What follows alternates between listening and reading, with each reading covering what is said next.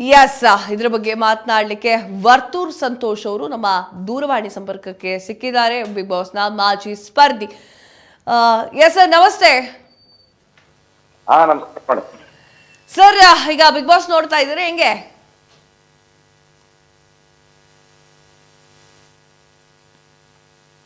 Hello, ನನ್ನ ಧ್ವನಿ ಕೇಳಿಸ್ತಾ ಇದೆಯಾ ಸರ್?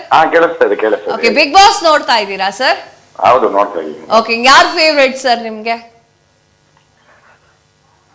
ಅದೇ ರಕ್ಷಿತಾ ಇತ್ತು. ಹಾ, ಇರ್ಲಿ, ಎಲ್ರೂನು ಸ್ನೇಹಿತರೇನೆ. ಯಾಕಂತಂದ್ರೆ ಇಲ್ಲಿನೂ ನಾನು ಅಪರವಾಗಿ ನೋಡಿದ್ದೀನಿ. ಹಾ, ಆಮೇಲೆ ರಾಜಾ ಹುಲಿನಲ್ಲಿ ಇವರು ಇದ್ರಲ್ಲ ಮೇಡಮ್, ಹಾ, ಅಶ್ವಿನಿ ಮೇಡಮ್. ಹಾ, ಹೌದು ಹೇಳಿ ಸರ್. ಈಗ ರನ್ನರ್ ಅಪ್ಗೆ ನೀವು 10 ಲಕ್ಷ ಕೊಡ್ತೀನಿ ಅಂತ ಹೇಳಿದೀರಾ. ಯಾರಾಗ್ಬೋದು ರನ್ನರ್ ಅಪ್? ಯಾರಾಗ್ತಾರೆ? ಇಲ್ಲ, 10 ಲಕ್ಷ ಕೊಡ್ಬೇಕಾದ್ರೆ ಊರಿಗೆ ಕರ್ಸ್ಬೇಕಾಗಿತ್ತು. ಅವ್ರು ಹಳ್ಳಿ ಕರ್ದು ಒಳಗಡೆ ಕರ್ಸಿಲ್ಲ. ನೆಕ್ಸ್ಟ್ ಇಯರ್ ಇಂದ ಕಂಟಿನ್ಯೂ ಆಗುತ್ತೆ ಅಂತ ಮಾತಾಡ್ತೀನಿ ಟೀಮ್ ಜೊತೆ. ಓಕೆ, ಈಗ ನನ್ನ ಕಡೆಯಿಂದ 2 lakhs ರನ್ನರ್ ಅಪ್ ಮಾಡ್ಕೊಡ್ತೀನಿ. ಓಕೆ. ಇವಾಗ ಬಿಗ್ ಬಾಸ್ ನಲ್ಲಿ ಇತಿಹಾಸ ಸೃಷ್ಟಿ ಮಾಡಿದ್ದಾರೆ ಇಬ್ರು ಕೂಡ. ಗಿಲ್ಲಿಗೂ ಕೂಡ ಸಾಕಷ್ಟು ಜನ ಅಭಿಮಾನಿಗಳಿದ್ದಾರೆ. ಅವರು ಕೂಡ ಕಟೌಟ್ಗಳನ್ನ ಹಾಕ್ತಾ ಇರುವಂತದ್ದು. 37 ಕೋಟಿ ವಿನ್ನರ್ಗೆ ವೋಟ್ ಬಂದಿದೆ, ವೋಟ್ ಬಿದ್ದಿದೆ ಅನ್ನುವಂಥದ್ದು ಸರ್. ಇಷ್ಟು ಕೋಟಿ ವೋಟ್ಗಳು ಯಾರಿಗೂ ಕೂಡ ಬಿದ್ದಿರ್ಲಿಲ್ಲ.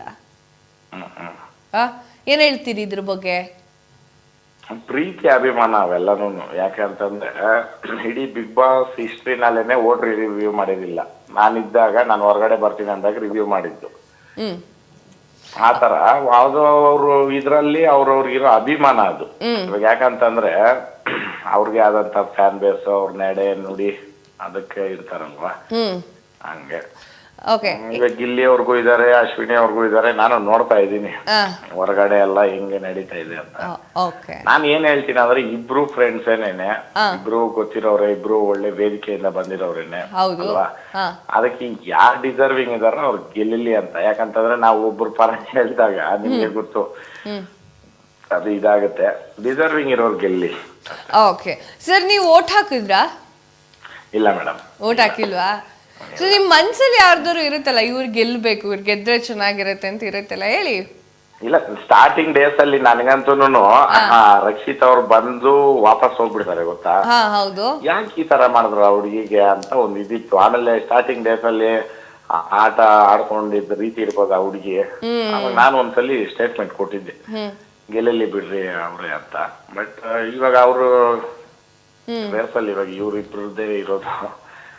ಎಲ್ಲಿ ಇಬ್ರು ಒಳ್ಳೆಯವ್ರೇನೆ, ಯಾರ್ ಬೇಕಾದ್ರೂ ಗೆಲ್ಲ. ನೀವು ಬಿಗ್ ಬಾಸ್ ಅಲ್ಲಿ ಇದ್ರಲ್ಲ ಸರ್, ನಿಮ್ಗೆ ಯಾವ ತರ ಫೀಲ್ ಇತ್ತು? ಇವಾಗ ಹೇಗ್ ಆಟ ಆಡ್ತಾ ಇದ್ದಾರೆ? ಏನ್ ಹೇಳ್ತೀನಿ ಅಂದ್ರೆ, ನೋಡ್ರಿ, ಒಂದು ಜೀವನದ ಬದುಕನ್ನ ಒಂದ್ ಬಿಗ್ ಬಾಸ್ ಅಲ್ಲಿ ಕಾಣ್ಬೋದು.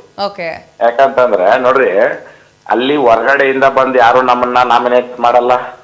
ಅಲ್ಲಿರೋರೆ ನಾಮಿನೇಟ್ ಮಾಡ್ತಾರೆ, ಅಲ್ಲಿರೋರೆ ಫ್ರೆಂಡ್ಸ್, ಅಲ್ಲಿರೋರೆ ಎಗೇನಿಸ್ಟ್ ನಮ್ಗೆ. ಕರೆಕ್ಟಾ? ಹೌದೌದು. ಒಂದು ದಿನ at end of the Bigg Boss ಬಂದಿದ ತಕ್ಷಣ ಎಲ್ಲಾರು ಎಷ್ಟು ಬಾಂಧವ್ಯ ಇರುತ್ತೆ ಅಂದ್ರೆ, ಒಬ್ರನ್ನೊಬ್ರು ಹತ್ಕೊಂತೀರಿ ನಾವು.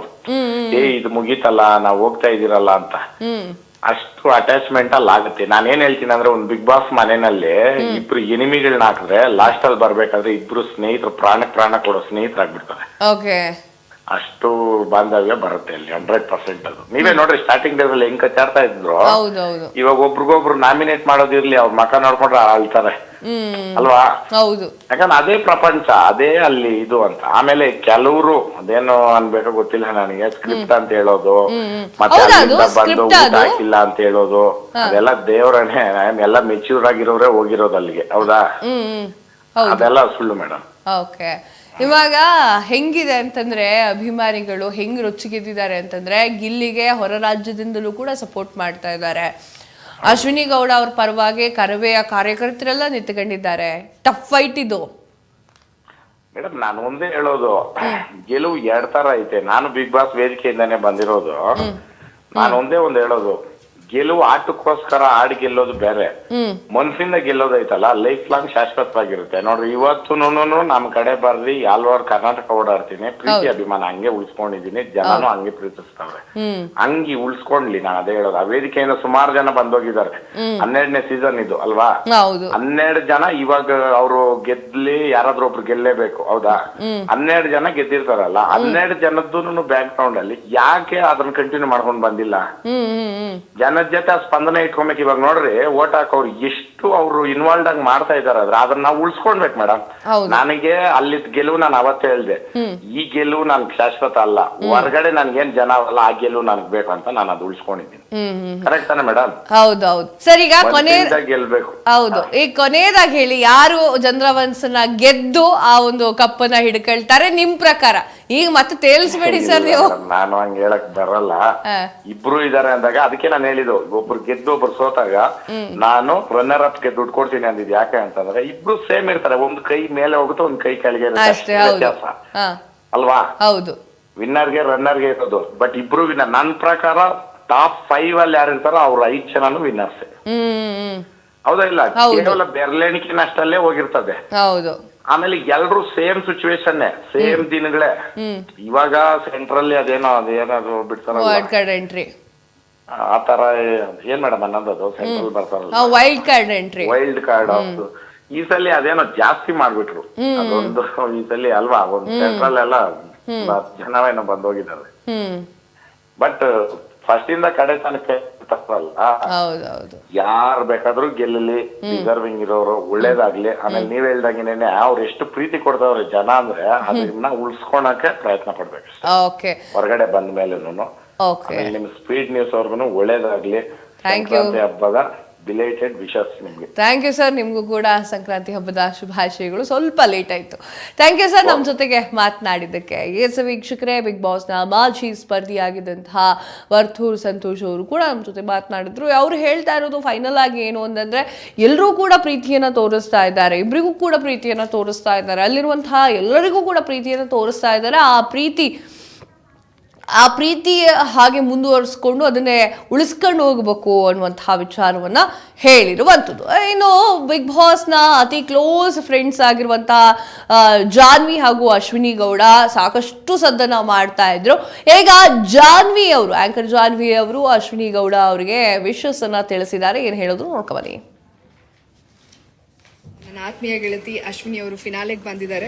ತುಂಬ ಚೆನ್ನಾಗಿ ಆಟ ಆಡಿದ್ದಾರೆ. ನಾನು ಆಲ್ರೆಡಿ ವೋಟ್ ಮಾಡಿದ್ದೀನಿ. ನಿಮ್ಮ ಅತ್ಯಮೂಲ್ಯವಾದ 99 ಮತಗಳನ್ನ ಅಶ್ವಿನಿ ಅವ್ರಿಗೆ ವೋಟ್ ಮಾಡಿ. ತುಂಬ ಚೆನ್ನಾಗಿ ಆಟ ಆಡಿದ್ದಾರೆ. ತನಗೆ ಅನಿಸಿದ್ದನ್ನು ನೇರವಾಗಿ ಯಾವುದೇ ದಯಾದಾಕ್ಷಿಣ್ಯ ಇಲ್ಲದೆ ಮಾತಾಡಿದ್ದಾರೆ. ಶಕ್ತಿ ಮೀರಿ ಟಾಸ್ಕ್ ಆಡಿದ್ದಾರೆ. ಸೊ ವಿನ್ನಿಂಗಿಗೆ ಅವರು ಡಿಸರ್ವಿಂಗ್. ಹಾಗಾಗಿ ಅಶ್ವಿನಿ ಅವ್ರಿಗೆ ವೋಟ್ ಮಾಡಿ ಅಶ್ವಿನಿ ಅವ್ರನ್ನೇ ಗೆಲ್ಸೋಣ ಅಂತ ಹೇಳಕ್ಕೆ ಇಷ್ಟಪಡ್ತೀನಿ. ಮತ್ತು ಇನ್ನೊಂದು, ಕೆಲವು ಅಭ್ಯರ್ಥಿಗಳ ಅಭಿಮಾನಿಗಳು ನೀವೇನಾದರೂ ಈ ಕಂಟೆಸ್ಟೆಂಟ್ನ ಗೆಲ್ಲಿಸ್ಲಿಲ್ಲ ಅಂದರೆ ಬಂದು ಸುಟ್ಟಾಕ್ಬಿಡ್ತೀವಿ, ಹಂಗೆ ಮಾಡ್ಬಿಡ್ತೀವಿ, ಹಿಂಗೆ ಮಾಡ್ಬಿಡ್ತೀವಿ ಅಂತ ಹೇಳಿ ಹೆದರಿಸ್ತಾ ಇದ್ದೀರಾ.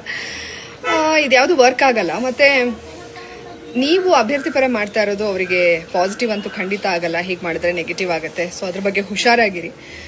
ಇನ್ನೊಂದು, ಈ ಬೆಳವಣಿಗೆಯನ್ನು ನೋಡ್ತಾ ಇದ್ರೆ ನಗಬೇಕೋ ಅಳಬೇಕೋ ಗೊತ್ತಾಗ್ತಾ ಇಲ್ಲ. ಬಿಗ್ ಬಾಸ್ ಅನ್ನೋದು ಒಂದು ರಿಯಾಲಿಟಿ ಶೋ, ಒಂದು ಎಂಟರ್ಟೈನ್ಮೆಂಟ್ ಶೋ. ಎಂಟರ್ಟೈನ್ಮೆಂಟ್ಗೋಸ್ಕರ ನೋಡಿ, ಅದನ್ನ ಬಿಟ್ಟು ತೀರಾ ನೀವು ಪರ್ಸನಲ್ ಆಗಿ ತಗೊಂಡು ಈ ಥರ ಎಲ್ಲ ಮಾಡ್ತಾ ಇರೋದು ನೋಡಿದ್ರೆ ಆಶ್ಚರ್ಯ ಆಗುತ್ತೆ. ಒಂದು ರಿಯಾಲಿಟಿ ಶೋಗೆ ತೋರಿಸುವಂಥ ಒಂದು ಇಂಟ್ರೆಸ್ಟನ್ನು ಅಥವಾ ಅದನ್ನೇನು ಆವೇಶಕ್ಕೊಳಗಾಗಿ ಎಲ್ಲ ವರ್ತನೆ ಮಾಡ್ತಾ ಇದ್ದಾರಲ್ಲ, ಅದನ್ನೆಲ್ಲ ನೋಡಿದ್ರೆ 5 ವರ್ಷಕ್ಕೊಂದ್ಸಲ ಬರುತ್ತಲ್ಲ, ಆ ಎಲೆಕ್ಷನ್ನ ಇಲ್ಲಿ ತಗೊಳ್ಳೋ ಒಂದು 10% ಸೀರಿಯಸ್ ಆಗಿ ತೊಗೊಂಡಿದ್ರು ಬಹುಶಃ ನಮ್ಮ ನಾಡು ದೇಶ ಉದ್ಧಾರ ಆಗಿರೋದೇನೋ. ನಮಗೆ ಬೇಕಾಗಿರೋ ಜನಪ್ರತಿನಿಧಿಗಳು ಯಾರಾಗಬೇಕು ಅನ್ನೋದ್ರ ಬಗ್ಗೆ ನೀವು ಒಂದು 10% ತಲೆ ಕೆಡಿಸ್ಕೊಂಡಿದ್ದಾರೆ. ಬಹುಶಃ ನಾವು ಇವತ್ತು ಈ ಥರ ಇರ್ತಾ ಇರಲಿಲ್ಲ ಅನ್ಸುತ್ತೆ. ನನಗೆ ಇದನ್ನು ಹೇಳಬೇಕು ಅಂತ ಅನ್ನಿಸ್ತು, ಹೇಳಿದ್ದೀನಿ. ನನ್ನ ಆತ್ಮೀಯ ಗೆಳತಿ